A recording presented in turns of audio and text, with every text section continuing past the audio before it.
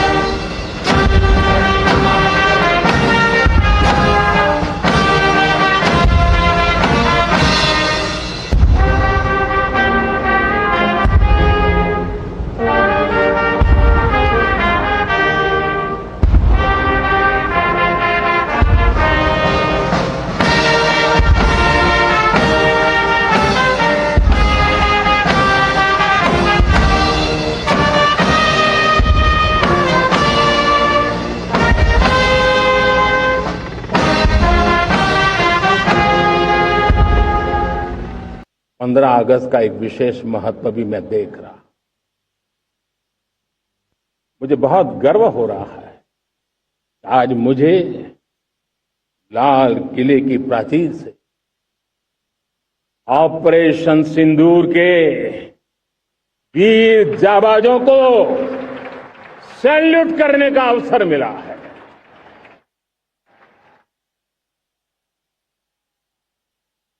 हमारे वीर जाबाज सैनिकों ने दुश्मनों को उनकी कल्पना से परे सजा दी है।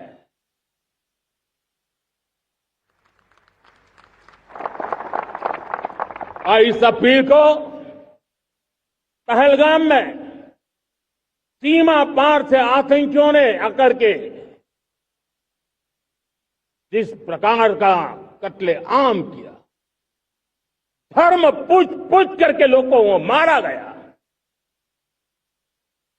पत्नी के सामने पति को गोलियां दी, बच्चों के सामने अपने पिता को मौत के घाट उतार दिया गया। पूरा हिंदुस्तान आक्रोश से भरा हुआ था। पूरा विश्व भी इस प्रकार से संहार से चौंक गया था।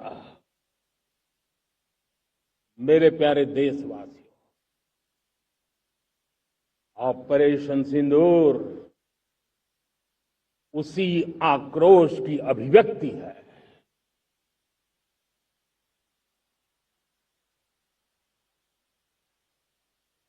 22 तारीख के बाद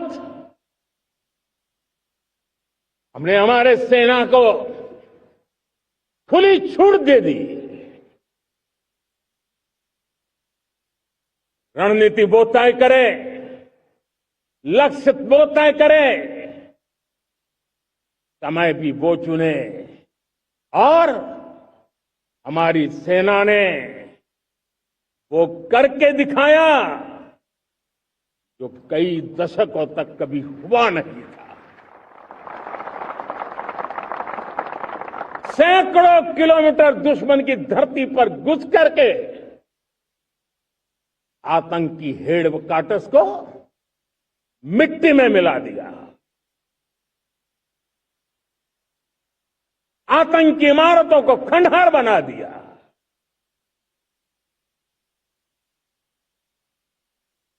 पाकिस्तान की नींद अभी भी उड़ी हुई है।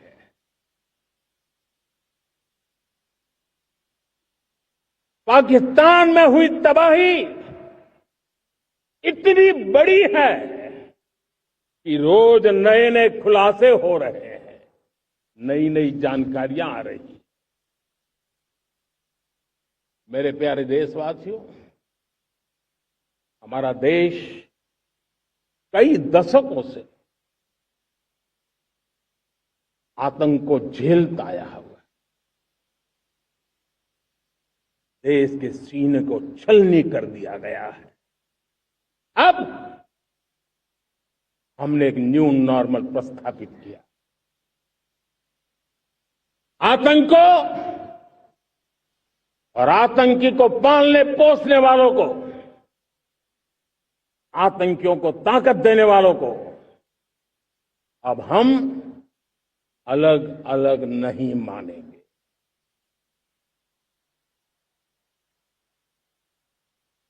वो मानवता के समान दुश्मन है, उनके बीच कोई फर्क नहीं है। अब भारत ने तय कर लिया है कि न्यूक्लियर की धमकियों को अब हम सहने वाले नहीं हैं।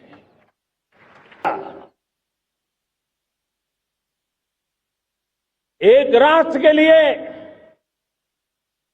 आत्मसम्मान की सबसे बड़ी कसौटी आज भी उसकी आत्मनिर्भरता है।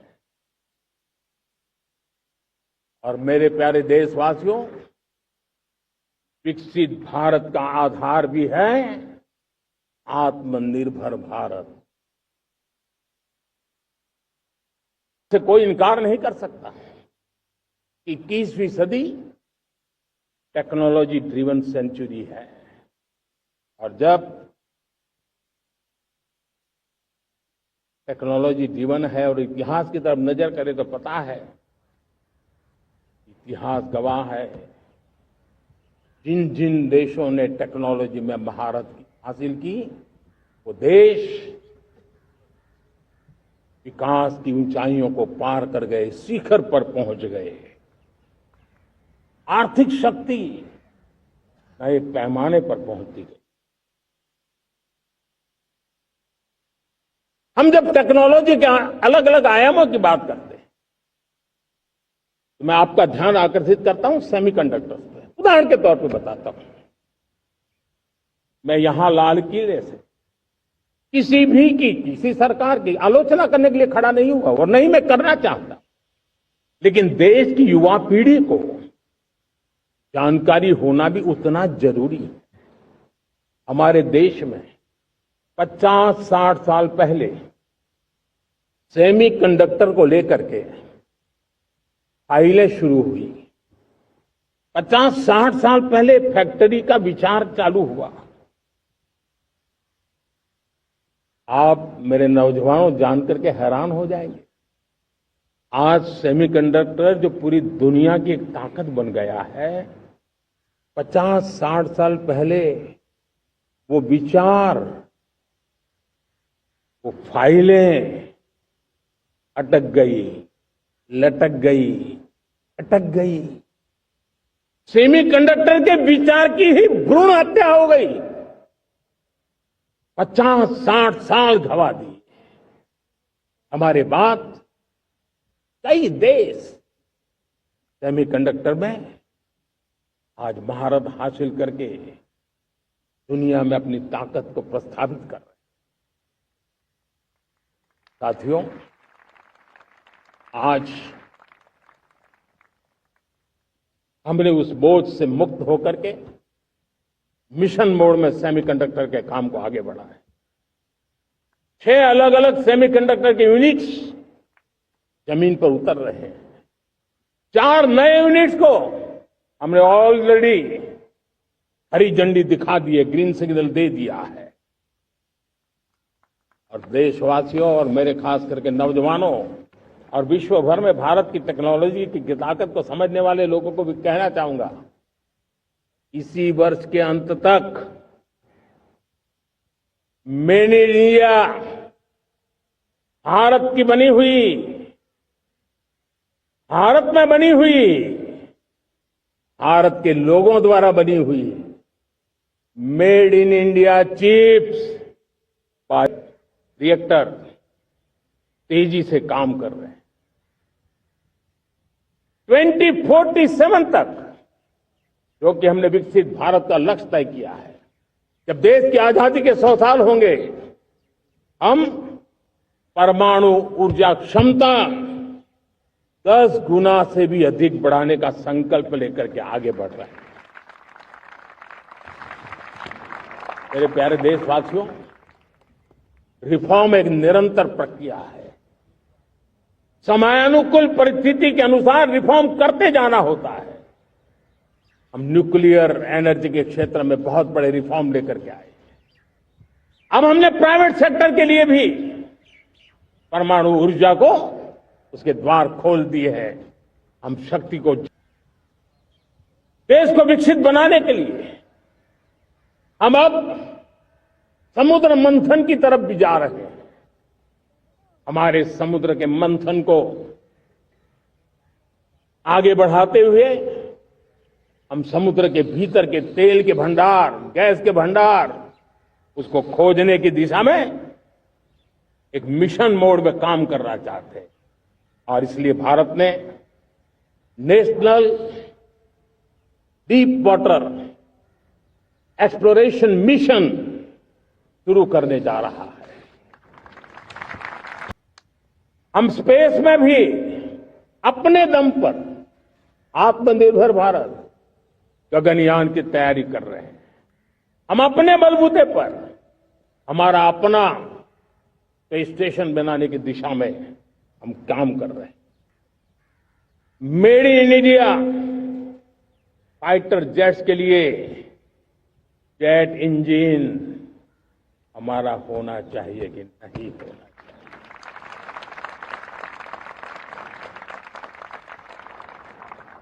हम फार्मा ऑफ द वर्ल्ड माने जाते हैं।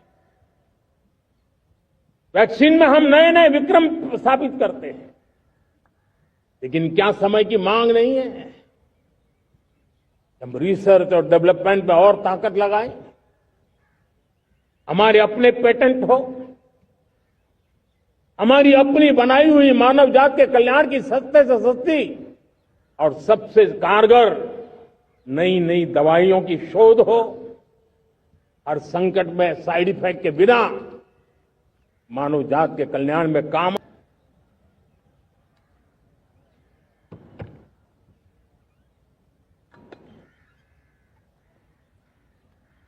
मुझे बहुत लंबे समय से सरकार में काम करने का अवसर मिला है। मैंने कई सारे उतार चढ़ाव देखे हैं। सरकारों की मुसीबतों से भी मैं परिचित हूं, व्यवस्थाओं की मर्यादाओं से भी परिचित हूं, लेकिन उसके बावजूद भी हमारी जिम्मेवारी है कि हम किसी की लकीर को छोटी करने में अपनी ताकत बर्बाद न करें। व्यवस्थाओं को सरल किया और 8 साल के बाद समय की मांग है कि हम एक बार उसको रिव्यू करें। हमने एक हाई पावर कमेटी को बिठा करके रिव्यू शुरू किया, राज्यों से भी विचार विमर्श किया।